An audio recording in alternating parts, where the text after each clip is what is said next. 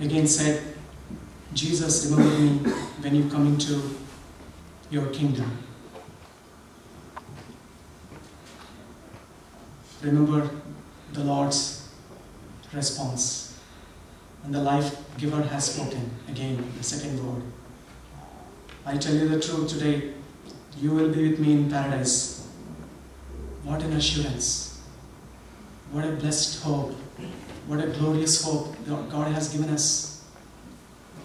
Not only those who come to Him, and especially during the time, the thief who repented and asked Him for the forgiveness. Brothers and sisters, it is never late to come to the feet of cross and to ask for forgiveness.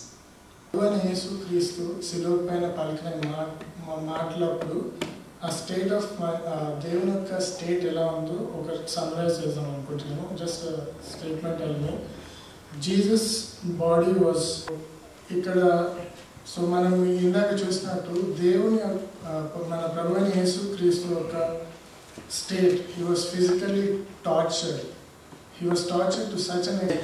మానవుడుగాను సంపూర్ణంగా మానవుడుగాను సంపూర్ణంగా దేవుడుగాను జీవిస్తూ ఉన్నాడు.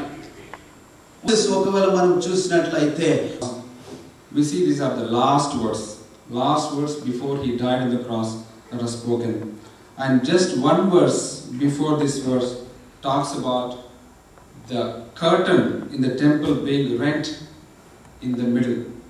which implies that now there is a new and living way for everyone to enter into the presence of God.